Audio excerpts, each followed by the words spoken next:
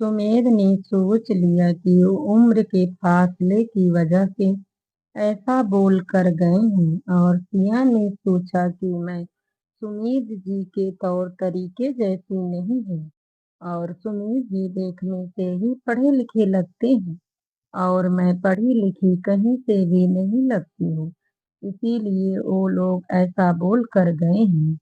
सुमेधा और सिया दोनों ने एक ही वक्त पर सोच लिया कि वो एक दूसरे के लायक और काबिल नहीं है। वहां रोशन और रागनी काफी दूर एक साथ चलने के बाद दोनों ने एक ही वक्त पे एक दूसरे से कुछ कहने का प्रयास किया। फिर दोनों की बातें टकरा गई और फिर से दोनों चुप हो गए। फिर थोड़ा ठहर कर रोशन बोला, रागनी मुझे माफ कर देना। पता नहीं सुबह मैंने क्या कुछ नहीं बोल दिया तुम्हें। मुझे जरा सा भी होश नहीं रहा। रागिनी मतलब आप मुझसे नाराज नहीं हो? रोशन नहीं, बल्कि मैं शर्मिंदा हूँ अपनी सुबह की हरकत से। मैं जान गया हूँ कि वो सब तुमने नहीं किया है। वो तो रागिनी तो फिर उस किसने किया था? रोशन, क्या आप लोगों को पता लग गया है? रोशन, हाँ तो सब उस प्रियंका ने किया है। तुम्हें पता है अभी भी उसने सिया भाभी को जानबूझकर नीचा दिखाया। रागनी, लेकिन वो ऐसा क्यों करेंगी? रोशन, पता नहीं, लेकिन मैं ये जानकर बहुत खुश हूँ कि ये तुमने नहीं किया है। रागनी ने अपना सर नीचे किया और बोली, इसमें आपकी गलती नहीं है, मेरी ही गलती है। मैंने कभी अपने रिश्ते को आगे बढ़ाने की कोशिश नहीं की। फिर रोशन भी मुस्कुराया और दोनों एक दूसरे से बातें करने लगी। वहां सोनम और जय भी एक दूसरे के साथ बहुत खुश थे। पूजा अपने दोस्तों के साथ पूरे मजे कर रही थी। सुमेध और सिया के बीच अब भी कोई बात नहीं हो रही थी। वो दोनों अभी भी एक दूसरे से नजरें चुरा रहे थे। उधर से पूजा आई और बोली, पापा अब हम सबको घर चलना चाहिए। दादी अकेले होंगी। मास्टर जी और सुनीता दोनों उठकर खड़े हुए और अपने बच्चे को चलने का इशारा किया। फिर सब जैसे आए थे वैसे ही कार में बैठ गए। फिर सुमेध की गाड़ी में पूजा ने रेडियो चलाने के लिए जिद की तो सुमेध ने रेडियो ऑन किया तो उससे एक गाना बजा, तू सूरज मैं सांझ पिया जी। तभी सुमेध जी को उस गाने की लिरिक्स पे ध्यान गया जिसमें ये कहा जा रहा था कि तू सवेरा है तो मैं शाम हूँ। फिर उसने सोचा कि इसका मतलब यही है कि अगर हम सूरज की रोशनी में रहेंगे तो ही हमें शाम से मोहब्बत होगी, क्योंकि धूप का सामना होगा तभी तो शाम की छांव की अहमियत महसूस होगी। सुमेध ये सब सोच ही रहा था कि पूजा ने जोर से बोला, भैया आप सुन क्यों नहीं रहे हैं? सुमेध, क्या हुआ? पूजा, गाना बदल दीजिए, कुछ अच्छा सा लगाइए। सुमेध ने दूसरा चैनल तो उसमें बज रहा था, हाथ थाम ले पिया करते हैं वादा, आज से तू आरज़ू तू है इरादा, तू ही है इरादा। ये सुनकर सुमेध की होठों पे मुस्कान आई और फिर तब तक सब घर पहुंच गए। घर जाने के बाद पूजा दादी को खाना देने उनके कमरे में गई और पूरा परिवार आराम करने अपने अपने कमरे में चले गए। सिया रूम में जाने के बाद कपड़े बदलने के लिए बाथरूम में चली गई। फिर सुमेध ने टी शर्ट और ट्राउजर पहन लिया। सुमेध ने देखा कि सिया ने हल्की गुलाबी रंग की कुर्ती और सफेद रंग का पजामा पहन रखा है। उसमें उसकी खूबसूरती चार चांद लगा रही थी। तभी सुमेध बेड पर बैठ गया और सामने खड़ी सिया को देख कर बोला, ये कपड़ों में तुम पहले से ज्यादा अच्छी लग रही हो। मतलब जो तुम होटल पहन कर गई थी ना, उस कपड़े से। सिया ने इस बात को दूसरे तरीके से सोच कर बोली, जी हमें पता है कि हम अच्छे नहीं लग रहे थे, वैसे भी हाई फाई तो नहीं दिख सकते हैं हम बाकियों की तरह तो। आप ये बोलकर मेरे अनपढ़ होने का मजाक उड़ा रहे हैं। सुमेर, लेकिन सिया मैं तुम्हारा मजाक क्यों बनाऊंगा? क्या तुम मुझे समझ ही नहीं पाई हो? तुम जानती हो कि मैं तुम्हारा मजाक या किसी का भी मजाक नहीं उड़ाता। सिया चुपचाप अपना सर नीचे करके खड़ी हो गई और उसके आंखों से आंसू निकलने लगे। तभी सुमेर उसके आंखों में आंसू देखकर घबरा गया और बोला, सिया तुम रो क्यों रही हो? मैं डांट नहीं रहा हूँ तुम्हें और ना ही मैं तुम्हें मजाक उड़ा रहा हूँ, बल्कि मैं तो तुमसे आगे सुमेध ने कुछ नहीं कहा और वहां से बाहर टहलने चला गया। वहां जाने के बाद वो सोचने लगा कि गाने में जैसे सूरज के बिना सांस नहीं हो सकता, वैसे ही अब मैं सिया के बिना नहीं रह सकता। और दूसरा गाना भी संकेत दे रहा था मेरे लिए कि मैं उसका हाथ थामूं और उसको जिंदगी में आगे बढ़ने का मौका दूं। फिर कुछ समय बाद सुमेर अपने कमरे में आया और उसने देखा कि सिया सो गई है। फिर वो लैपटॉप में कुछ काम करने लगा और कुछ समय बाद वो सो गया। अगले दिन सुबह हुई। हमेशा की तरह घर की औरतें जल्दी उठकर घर के कामों में जुट गई थी। फिर कुछ समय बाद खाने की टेबल पर सारे लोग नहा धोकर तैयार होकर खाना खाने के लिए आए। खाना खाने के बाद सुमेर ने कहा, मुझे आप सबसे कुछ कहना है। मास्टर जी। हाँ बोलो सुमेर पापा।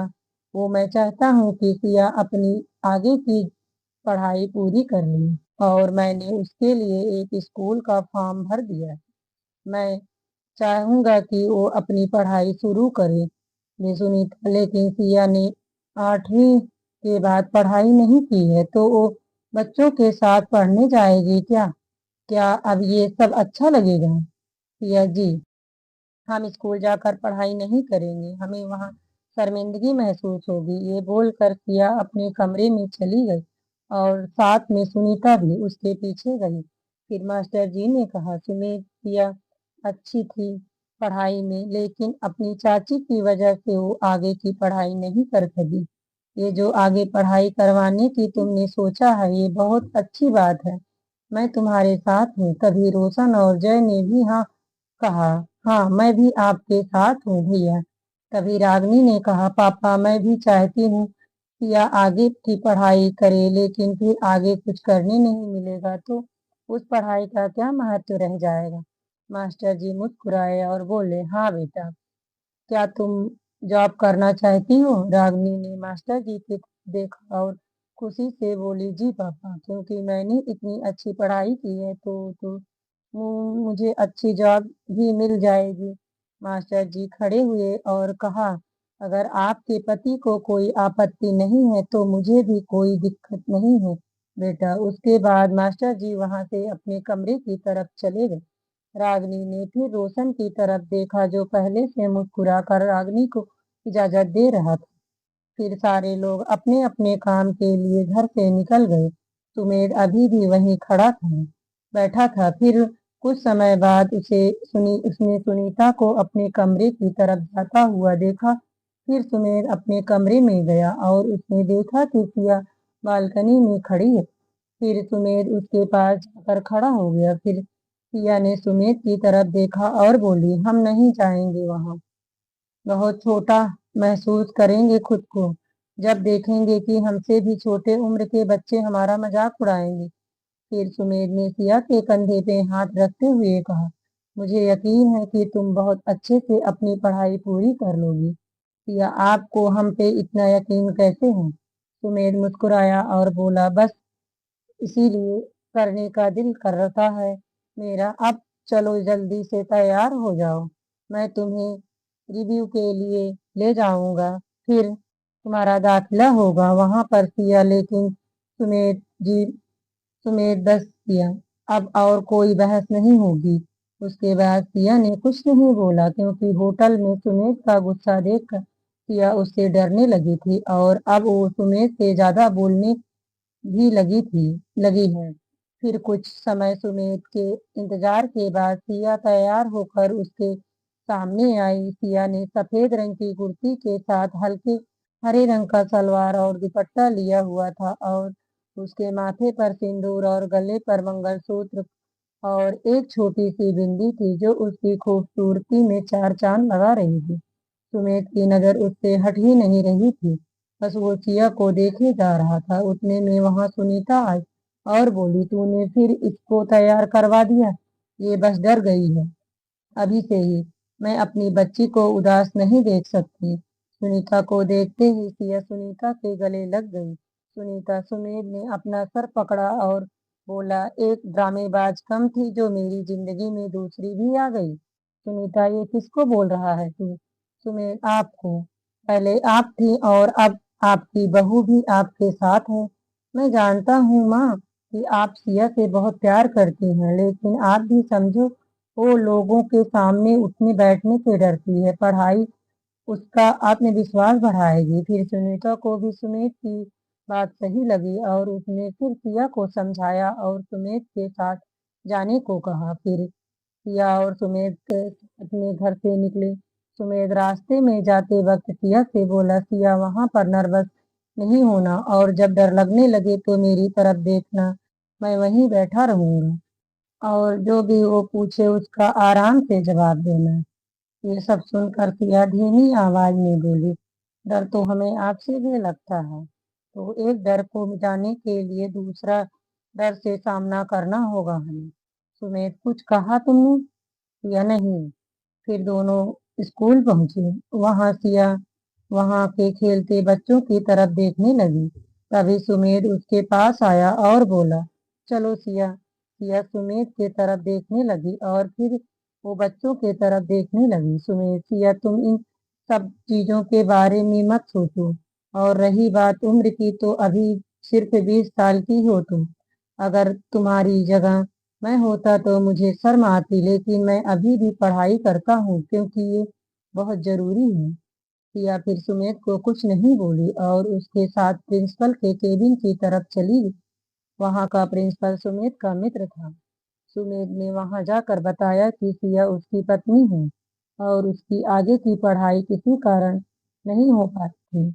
वो अब आगे की पढ़ाई पूरी करना चाहती है। प्रिंसिपल बोले, हाँ, क्यों नहीं, ये बहुत अच्छी बात है। फिर वहां के कुछ टीचर को बुलाकर प्रिंसिपल ने सिया का इंटरव्यू लिया। फिर सवाल का जवाब देते समय सिया डर गई और वो रुक गई। फिर उसने सुमेध की तरफ देखा जो उसे देख ही दे उसे ही देख रहा था। फिर सिया ने सोचा कि सुमेध को उस पे बहुत विश्वास है और वो उस विश्वास से खड़ी उतरने की पूरी कोशिश करेगी। पर उसके बाद सिया ने सारे सवालों के सही सही जवाब दिए। फिर सिया सुमेध के पास आकर बैठ गई। तभी वहां जाती दो महिला शिक्षिका ने दोनों को साथ में देखकर कहा, ये देखो कैसे माता पिता हैं जो अपनी प्यारी सी फूल सी बच्ची को इतने बड़े लड़के के साथ शादी कर दी है। ये सुमेध ने सुना, लेकिन उसने कुछ नहीं कहा और साथ में सिया ने भी सुना और सुमेध की तरफ देखने लगी। उसने महसूस किया कि सुमेध को भी बहुत कुछ सुनना पड़ता है इस रिश्ते की वजह से। फिर सामने से प्रिंसिपल आए और कहा, सुमेध, तुम्हारी पत्नी का एडमिशन हो गया है, समझो। सारी टीचर ने सिया की तारीफ की और मैं तुम्हारी भी तारीफ करना चाहूंगा कि तुम अपनी पत्नी को आगे पढ़ाना चाहते हो। बहुत अच्छी बात है दोस्त। सुमेध, कौशल भाई, अब हम चलते हैं। सिया और सुमेध दोनों बहुत खुश थी। सिया कार में बैठने के बाद सिर्फ सुमेध की तरफ देखे जा रही थी और मुस्कुरा रही थी। उसे प्रिंसिपल की बात बहुत अच्छी लगी कि सुमेध ने सिया को मुस्कुराता देखकर पूछा, क्या हुआ, तुम मुस्कुरा क्यों रही हो? सिया, कुछ नहीं, बस आप हमारे लिए इतना कुछ कर रहे हैं इसके लिए धन्यवाद। आपको पता है, वहां इतने गुस्से में देखकर तो हम डर गए थे आपसे, लेकिन आप, बीच में सुमेध ने टोकते हुए कहा, हाँ, तभी मैं सोचूं कि तुम इतने चुप क्यों हो। सिया ने मुंह बनाते हुए कहा, घर में किसी से भी पूछ लीजिए, मैं ज्यादा नहीं बोलती हूँ। फिर सुमेध मुस्कुराया और सिया की तरफ झुकते हुए नजदीक गया और सीट बेल्ट लगाया और वहीं ठहर कर बोला, फिर पक्का, या मेरे साथ कुछ और बात है? तभी तो सिर्फ मेरे सामने इतनी बातें करती हो, बाकियों के सामने नहीं। फिर सुमेध अपनी जगह पे वापस आ गया। सुमेध को इतना नजदीक पाकर सिया की तो सांसें अटक गई थी। फिर सिया ने कोई जवाब नहीं दिया और सुमेध मुस्कुराता हुआ गाड़ी स्टार्ट करके घर की तरफ चल दिया। सुमेध सिया को घर के पास छोड़ने के बाद हॉस्पिटल गया और सिया अंदर गई। फिर उसने बताया कि उसका एडमिशन हो गया। ये सुनकर सुनीता और रागिनी और सोनम भी खुश हुए। वहां सुमेध प्रियंका के पास गया और उसके केबिन में जाते ही बोला, प्रियंका, तुमने सिया के चाचा और चाची को क्यों बुलवाया था? तुम क्यों सिया को नीचा दिखाना चाहती हो? प्रियंका हड़बड़ाते हुए बोली, क्या बोल रहे हो तुम? मैं क्यों सिया को? सुमेध उसके पास गया और उसके हाथों को जोर से पकड़ते हुए कहा, चुप, एकदम चुप। मैं सब जानता हूँ कि ये सब तुमने किया। और अब असलियत बताओ तुमने उस दिन होटल में भी जानबूझकर किया था ये सब। सुनते ही प्रियंका गुस्से में सुमेध का हाथ छुड़ाते हुए उसके सीने से लग गई और बोलने लगी, हाँ हाँ, सब मैंने किए थे, लेकिन सिर्फ तुम्हारे लिए किया है।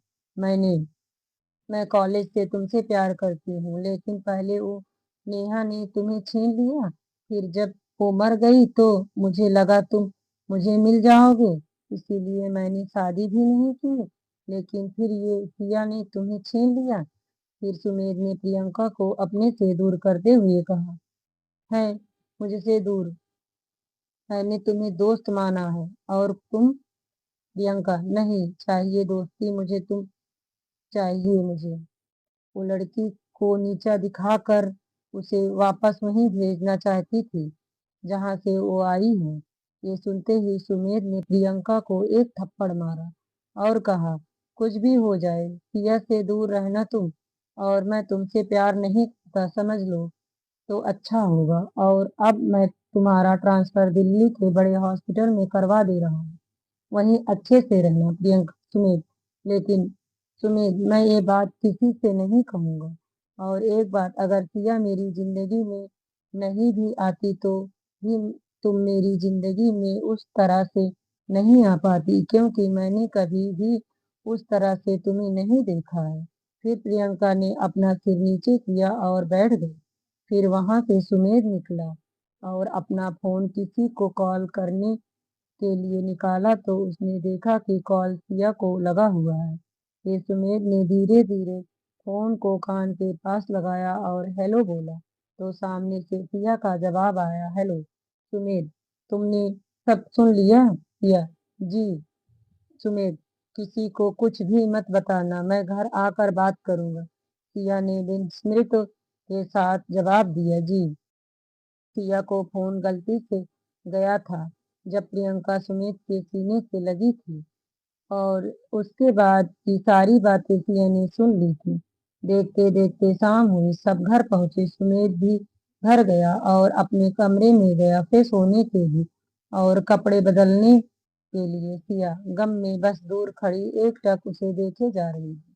सुमेध ने जूते उतारा और फिर सिया की तरफ देखा और अब मैं कपड़े बदलूंगा। सिया, हाँ। सुमेध, सिया, मैं कपड़े बदलने वाला हूँ। सिया, जी, बदल लीजिए। सुमेध, सिया, क्या तुम मुझे कपड़े बदलते देखना चाहती हो?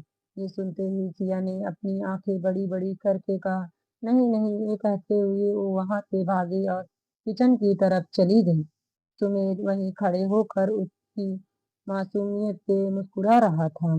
कुछ समय बाद सब लोग वहां खाने की टेबल पर आए और खाने के लिए बैठ गए। फिर रागनी और सिया ने सबको खाना परोसा।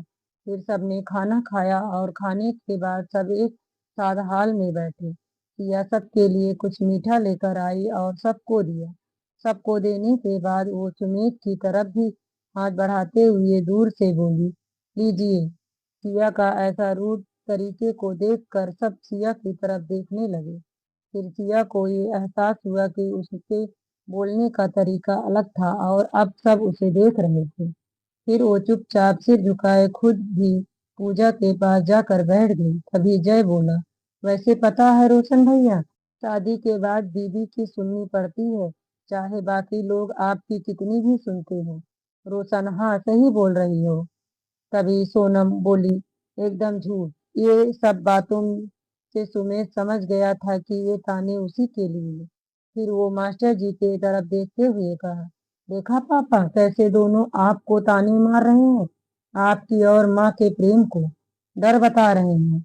जय हिचकिचाते हुए बोला, अरे ये ही नहीं पापा, मैं आपको क्यों बोलूंगा? कुछ भी बोल रहे हो भैया। सुमेध, और किसको बोलेगा तू?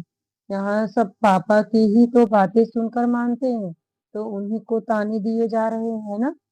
सब लोग बैठकर खुशी मना रहे थे। सुमेध भी अब खुश था। उसको पता था कि अब सिया की जिंदगी में परेशानी लाने वाली प्रियंका भी चली गई है। देखते देखते 3 साल बीत गए और सिया ने 12वीं की परीक्षा अच्छे अंकों के साथ पास की थी। घर में सब बहुत खुश थे उसके अंकों से। आज भी सिया सुमेध के सामने वैसी ही थी जैसे कि 3 साल पहले। कुछ बात आगे नहीं बढ़ी थी। दोनों के रिश्तों में न सुमेध ने कदम बढ़ाया और न ही सिया ने।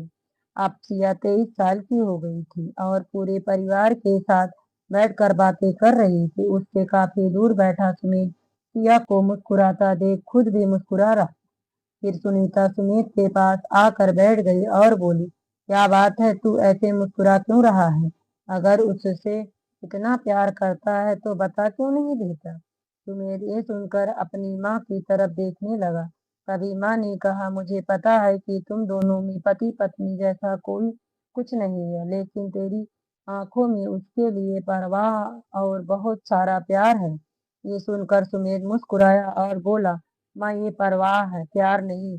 और ये आप अपने बेटे के लिए सोच कर बोल रही हैं हो माँ। लेकिन एक बार सिया के लिए सोच कर देखो कि उसको मेरे साथ रहना पसंद होगा पूरी जिंदगी। क्या हमारी उम्र का फासला हमारे रिश्तों के लिए सही रहेगा? और ये सोचिए कि कल सिया पढ़ लिख कर कुछ करेगी तो क्या उसका मन मेरे साथ मिलेगा? उसकी सोच बदलेगी और उसे फिर शर्म आएगी ये सोच कर कि उसका पति उससे 20 साल बड़ा है। सुनीता लेकिन सुमित ने माँ को चुप कराते हुए कहा, कहाँ लिखा है कि प्यार दोनों को ही हो। और मैं सिया को ऐसे खुश देख कर ही खुश हूँ और मैं उसे और आगे पढ़ाना चाहता हूँ। ये कहने के बाद सुमेध अपने रूम में चला गया और सुनीता वहीं बैठी रही और अपने बेटे के लिए उनके आंखों से आंसू निकलने लगे। कुछ समय बाद सिया भी कमरे में गई और जाकर सुमेध के सामने खड़ी हो गई। सुमेध वहीं लैपटॉप पर बैठकर कुछ कर रहा था। सुमेध ने लैपटॉप साइड में रखा और सिया से पूछा, हुआ, कुछ कहना है? सिया ने हाँ में अपना सिर हिलाया। सुमेध बोला, हाँ बोलो। सिया खुशी से सुमेध के गले लग गई और बोलने लगी, मैं बहुत खुश हूँ, आपका शुक्रिया। सुमेध मुस्कुराया और सिया को खुद से दूर करते हुए कहा, मैंने कुछ नहीं किया है, ये तुम्हारी मेहनत का फल है। सुमेध, मैंने तुम्हारा फार्म इंजीनियरिंग कॉलेज पुणे में भरा है। कुछ दिन बाद उसकी परीक्षा है, जाओ उसकी तैयारी करो। सिया, लेकिन मैं। सुमेध थोड़ी ऊंची आवाज में बोला, क्या हुआ, आगे कुछ नहीं करना है तुम्हें? फिर सिया डर गई और हाँ में अपना सिर हिलाया। फिर सुमेध ने कहा, हाँ तो जाओ तैयारी करो। सिया, जी। और फिर सिया वहां से चली गई और किचन में चुपचाप बैठी थी। सुनीता उसे उदास देखकर बोली, सिया क्या हुआ, तुम खुश नहीं हो? आज तो खुशी का दिन है तुम्हारे लिए। तभी सिया ने सुनीता की तरफ देखा और सुनीता ने देखा कि सिया की आंखों में आंसू भरे हुए हैं।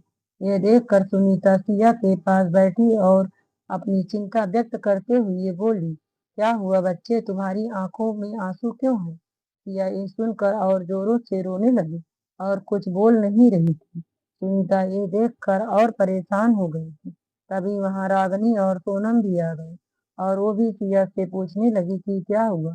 कुछ समय बाद सिया को हॉल के बीच में बिठाकर पूरा परिवार चारों ओर से बैठा था और उसके रोने का कारण जानना चाहता था। तभी सुमेध अपने कमरे से बाहर आ रहा था और उसने देखा कि हॉल में सिया और सारे परिवार वाले बैठे हैं। तभी सुमेध वहां जाकर बोला, माँ पापा, आप लोग यहाँ ऐसे क्या कर रहे हैं? और सिया तुम रो क्यों रही हो? तभी रोशन सुमित के ठीक सामने खड़ा हुआ और बोला, आप बताइए क्यों रो रही हैं? ये आपने ही कुछ किया होगा। सुमित चौंकते हुए बोला, मेरी वजह से? लेकिन मैंने क्या किया है? सिया, मैंने तुम्हारे साथ कुछ नहीं किया है। क्या बताया है तुमने इन लोगों को? मास्टर जी, अभी बताया नहीं है, लेकिन बताएगी अभी और उसके बाद हम तुम्हें बताएंगे। ये सुनते ही सुमेर अपना मुंह बनाते हुए वहां बैठ गया। सिया ने अंदर नजर से सुमेर की ओर देखा। तभी उसकी नजर उन नजरों पर पड़ी जो कब से उसके जवाब का इंतजार कर रही थी। फिर सिया ने अपना मुंह खोला, ये हमारा एडमिशन पूरे करवाना चाहते हैं और हम आप सबके बिना कैसे रहेंगे? माँ, हमें नहीं जाना है। फिर पूरा परिवार सिया की तरफ से नजरें हटाकर सुमेध की तरफ देखने लगे और सबको ऐसे देखता हुआ देख सुमेध बोला, हाँ तो इसमें तुम्हारी भलाई है और क्या, तुम कुछ करना नहीं चाहती हो? सिया, हम यहाँ बिहार में ही एडमिशन करवा सकते हैं, उसके लिए आप हमें इतना दूर क्यों भेज रहे हैं? अगर आपको दूसरी शादी करनी है तो बोल दीजिए, ऐसे मुझे रास्ते से हटाकर दूसरी शादी करोगे तो पाप लगेगा। ये सुनकर सारे घर वाले चौंक गए और जोर से बोले, क्या मास्टर जी नालायक, दूसरी शादी करना चाहता है तू? पहले तो एक भी नहीं करना चाहता था। सारे परिवार वाले साथ में बोले, हाँ। सुमेध ये सुनकर सिया की मासूमियत पर हंसने लगा और बोला, तुम ये क्या बोले जा रही हो सिया? मैं क्यों शादी करूंगा? सिया, क्योंकि मैं आपके लायक ही नहीं हूँ। और आप दोपहर में अपने वो वकील दोस्त से बात कर रहे थे, वो बोल रहे थे कि शादी का फॉर्म भर कर डाल दिया है, तू बस शादी कर ले। ये सुनते ही फिर सारा परिवार सुमेध की तरफ गुस्से से देखने लगा। सुमेध, क्या आप लोग मुझे ऐसे क्यों देखे जा रहे हो? मैंने राजीव को बताया था कि हमारी और सिया की शादी लीगल तरीके से नहीं हुई है, तो इसीलिए उसने हमारी शादी के लिए फॉर्म भर दिया था। फिर पूरा परिवार समझा और मुस्कुराते हुए सब एक दूसरे से बोले, अरे गलतफहमी थी, मैं तो। फिर सिया ने सुमेध से कहा, फिर आपने ये क्यों कहा कि उसकी कोई जरूरत नहीं है? मुझे शादी नहीं करनी है क्योंकि अब कोई मतलब नहीं बनता है उसका। सुमेध, क्योंकि पुणे में पढ़ाई के बाद तुम्हें जीने के लिए कोई सहारे की जरूरत नहीं पड़ेगी और मैंने तुमसे शादी एक मजबूरी में आकर की थी। वो मजबूरी खत्म हो जाएगी, फिर तुम अपनी जिंदगी की नई शुरुआत करना और मैं किया और मैं क्या? ये देखकर पूरा परिवार चुपचाप खड़ा था और सुनीता के आंखों से आंसू बह रहे थे, लेकिन पूरे परिवार में से एक ही इंसान बीच में नहीं आया और कुछ नहीं बोला। फिर सुमेश सिया को बिना जवाब दिए अपने कमरे में चला गया। फिर सिया वहीं बैठ और अपने परिवार के तरफ एक उम्मीद से देखने लगी, लेकिन परिवार वाले एक एक करके वहां से चले गए। अंत में मास्टर जी और सुनीता भी अपने कमरे में चले गए। पूरे घर का माहौल बिल्कुल बिगड़ गया था। खाना भी किसी ने आज नहीं खाया था।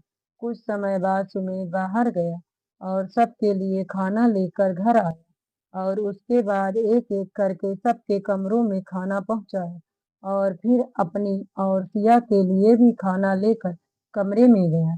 सुमेध, सिया खाना खा लो। सिया, हमें भूख नहीं है। दोस्तों, कहानी अभी जारी है। नेक्स्ट पार्ट हम जल्द लेकर आएंगे। आपको कहानी कैसी लगी कृपया कमेंट में बताएं और वीडियो को लाइक शेयर और चैनल को सब्सक्राइब करें। धन्यवाद दोस्तों।